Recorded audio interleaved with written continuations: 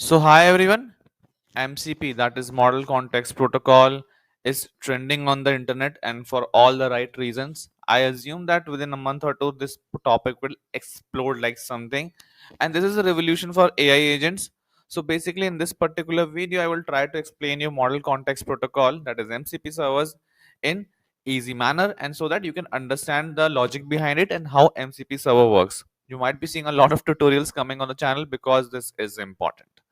So let's get started. Let's start starting off with the first infographic. What is Model Context Protocol? So understand it to be like a very sort of universal USB hub that you have multiple ports for AI applications. So these ports are available on the internet. The computer gets connected to them, and the LLMs cannot talk to these softwares directly, these servers directly. What problems does MCP solve? So you might be hearing of AI agents using tools. Tool calling used to be the earlier version where you need to code out everything from scratch. Like if you wish to connect to Slack bot, for example, you need to code everything out manually, and if there are changes in Slack you need to go and change that code also, right? So it was a very manual process. In case of MCP there is nothing like that now. If you wish to pull out stock prices from Yahoo Finance, if you wish to fetch location from Google Maps, summarize news from database, everything can be done with just one integration, right? So it is sort of a universal integration. You need to just mention the MCP server details. Rest of the things are taken care by the MCP server.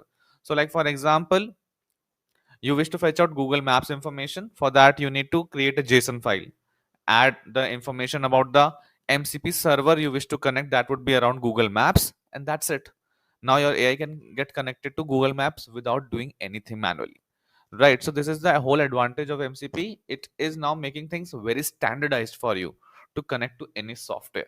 Now AI can take over your softwares basically. So you can, if you're looking into the tutorials that I have been sharing, I have shared on almost everything. Like Notion is there, and we have Gmail, calendar coming in, Discord coming in, everything getting connected with minor changes in the config. How does MCP work? So there are standardized toolboxes. Like companies like Google and Yahoo will host their own MCP servers, right, on their servers, and then expose the tools for use. That is what we are configuring into the JSON. So now one of the MCP servers can be Google Maps, other can be Yahoo Finance server to pull out stock prices. Now the AI will, once you give it a prompt key, okay, I need to search for this location.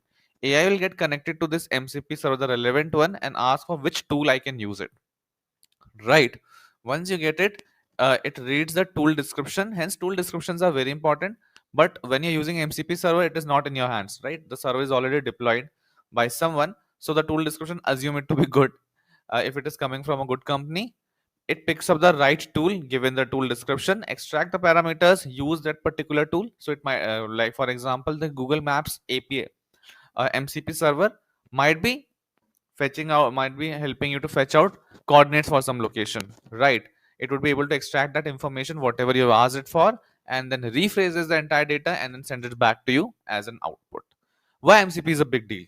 I think it's a major improvement on AI agents, to be sure, because I was working with AI agents last year as well with almost all the major packages like LangGraph, Creo, and one major problem is that it requires a lot of coding. You need to mention everything manually. Even slightest of change, you need to mention it manually. Apart from that, for 10 tools to connect, you would be requiring 10 tools to code out. So no more broken codes are there. If the Yahoo API gets changed, you won't be even knowing that. Faster development, developers don't waste time writing custom codes, as I already mentioned you. Just plug in the MCP server and everything goes on. Now going into a little detail how MCP server works. So basically, as mentioned, this is the AI bot, and using short message protocol SSMP, it connects to the MCP server. There is a lightweight protocol called as JSON RPC 2.0, which allows fast and dynamic exchange. So this is a small example. The AI asks the MCP server for latest sales data. So it will hit up key, okay, for this, for Tesla stock, give me the data for last 5 years. The MCP server will translate the request into a database query, and then it will also give you the output. It executes the query and sends the result back to the AI, right? So basically, if you take MCP servers, you can create customly also using Python SDK or Java SDK as well, and these are just codes, right, to run applications. Like for example, you might have connected with Discord or you might have connected Slack with Python. Now this has been standardized, you don't need to connect it manually. They are deployed as servers and you can connect them with changing the JSON file. So this is a what is MCP. This is a very short intro that I'm trying to give you, how it works, why it is very very important, and I will urge everyone to go ASAP, read about it, explore some MCP tools to have an understanding. Thank you so much.